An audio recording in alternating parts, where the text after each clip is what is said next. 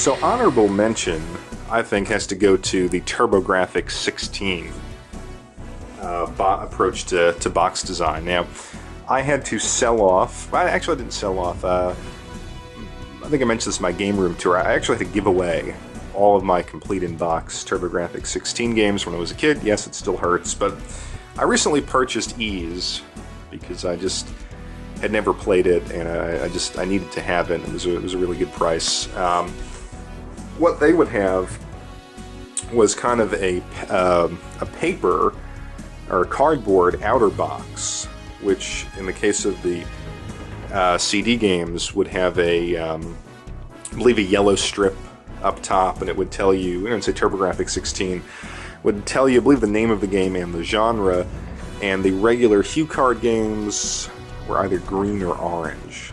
And then you'd go in, and they would all have a jewel case, and that's where you'd find your instruction manual. And the CD, if it was a HuCard game, it just had like a little holder with a plastic arm that would keep the HuCard in place. So I always liked that, because you got the paper box with all the info, and then you had what at the time was a futuristic looking box. Of course, you didn't have any box art on the jewel case, but really good design on the TurboGrafx 16 boxes. So in 2001, Microsoft entered the marketplace with the original Xbox. And the original Xbox games really stood out.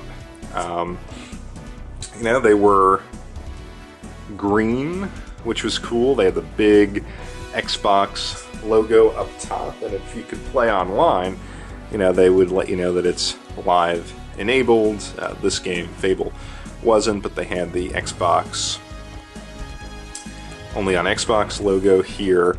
I really liked this. I thought, when you walked into a store, as much as I liked the GameCube box design, this stood out. This was different. Just that little hint of green, going right along with the Microsoft marketing at the time was really, really cool. This live banner was also on the side of the box. You could know on your shelf which ones were online enabled. All of the peripheral and display requirements were down here. And again, just like the GameCube, you had some more box art on the back. And again, that sort of green L right around there. So I really liked the original Xbox. And things didn't really change much with the 360. Same basic design. Again, I'm not opening these up. These are standard DVD cases. You had a little hint of the green ribbon that you see when you start up the Xbox, but it's the same case. Again, it's kind of a lazy design. I wonder what they're going to do with the Xbox One. It seems like it's going to be a darker shade of green on the bottom and on the top, with the branding still being on the top. So we'll see. But the Xbox, nothing spectacular. Alright, and lastly we're going to look at Sony, a company that I think has done really one of the best jobs differentiating their box designs from generation to generation. So we're going to start off with the PlayStation. And as I said, the very earliest PlayStation titles had like the Sega CD long box look, but they retained this black border with almost like a ribbing here, or a little binding, and that was consistent. But here you have a single disc game. You've got it's a little blurry, but you've got the game name on both the left and right hand side, PlayStation logo on the front, and again some box art. Again, still have those bullet point structure on the back, and then the peripheral requirements. And here the little binding is actually set in to the hinged area here. It's kind of like the Dreamcast logo. So it's a single game again. Multi-disc games, same deal. Nothing new and unusual. So, you know, it's a good, solid design. I mean, this definitely stood out. You knew exactly which games were the PlayStation games. Very, very effective. Clear differentiation from anything else. Now, at the time that they released this kind of structured box, you know, this was the only, you know, CD, you know, box on shelf in U.S. retailers. Obviously, the TurboGrafx kind of had that look too, but these were in cardboard boxes. So the PlayStation games really the first to, you know, just be sitting on the shelf this way, and it was, I know, like, it just seemed a little bit more high-tech, even though I had the Sega CD. Like, I don't know, I like the look of this, and I always think that Sony's boxes kind of suggest that, you know, hey, we've got this new medium for our games, and, you know, just, you know, they kind of invite you in, like, hey, this is CD gaming at its best, and that's something that we're going to see as we look forward throughout all of the Sony PlayStation systems. So that's the PS1. PlayStation 2, again, PlayStation 2, one of the first systems, actually the first system to play DVDs, huge selling point for it, particularly in Japan, and we have some examples of PlayStation games, again in the DVD case, again pointing out, hey, you know, we have this exciting new medium on which we are delivering our games. So what you have here, you know, I've got the sports game there, but we'll get to that in a bit. Now this was the standard look, again the PlayStation logo up top, big bold box art, PlayStation logo here, and the box art kind of wrapped around, which I liked, which I thought was really cool. And then on the back, you know, it continued. So I really like that, you know, consistent box art design that we saw in the 6th generation consoles. Same here. Not as exciting as Katamari Damacy. And then the games that were enabled for online had this little logo on the bottom. I don't know if you can see that, the PlayStation online logo. So, again, sports game, not terribly interesting, but just the first one I could grab that was enabled online. So, you know, heralding in this new era of DVD-based gaming, even though, as we know, that the earliest PlayStation 2 games were actually CD-based, and you can tell that if it has the blue bottom. I actually think one of these might be. Yeah, so this is a CD-based PlayStation 2 game. And the DVD games are actually clear. Katamari Damacy, and that's a DVD-based game.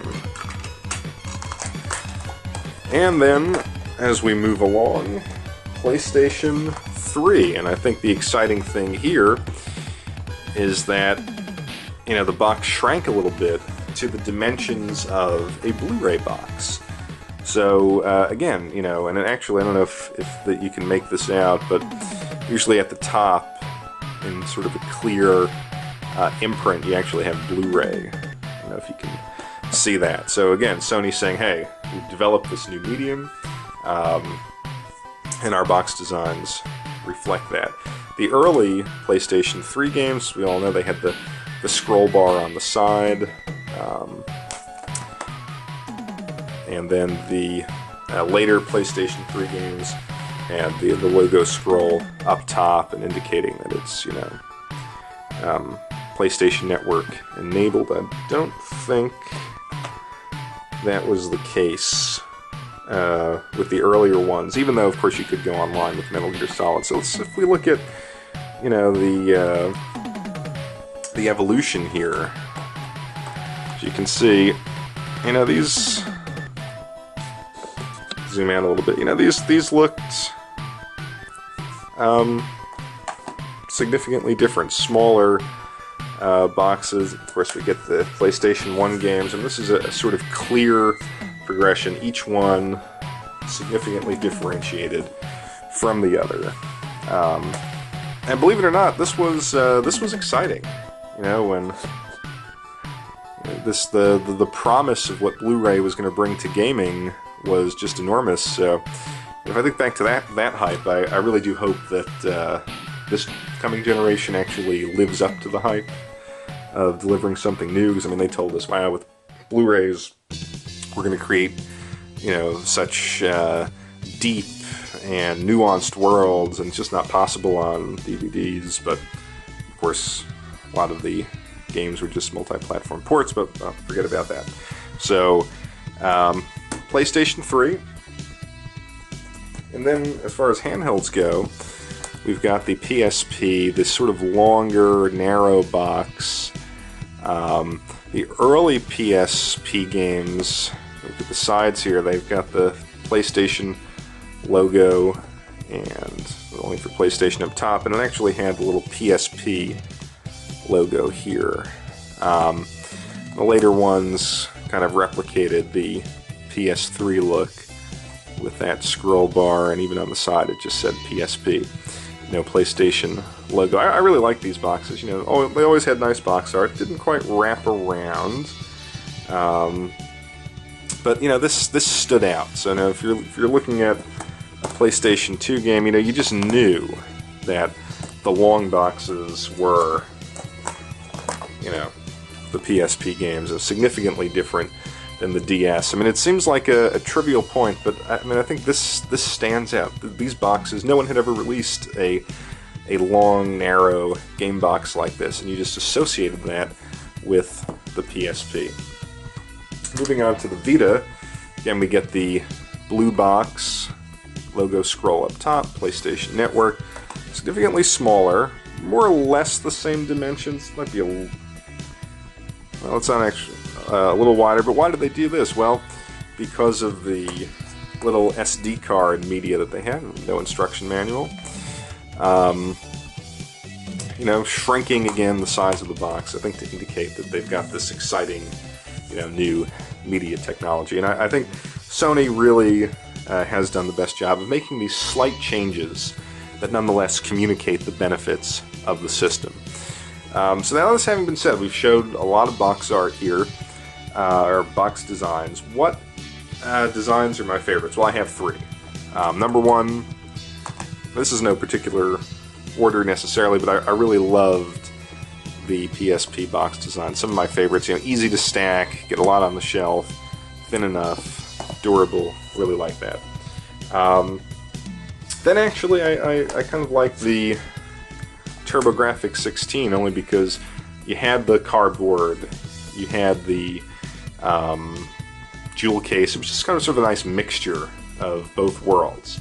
And then lastly, we have the Super Nintendo, and I guess honestly, if I had to pick one, it would really be the Super Nintendo. I just love that logo, love the red lettering, love how the art always, you know, bursts out of the frame and into the sort of black area. It is just a terrific box design. I wish it was more durable, but you know, these three stand out to me as being some of the bests in history. So thanks for this relatively long look at the evolution of box design, and it's something to think about as these new consoles hit the shelves and the games come out. You know, it'll be interesting to see where they go next. What sort of subtle but ultimately very, very impactful changes do they make in box design?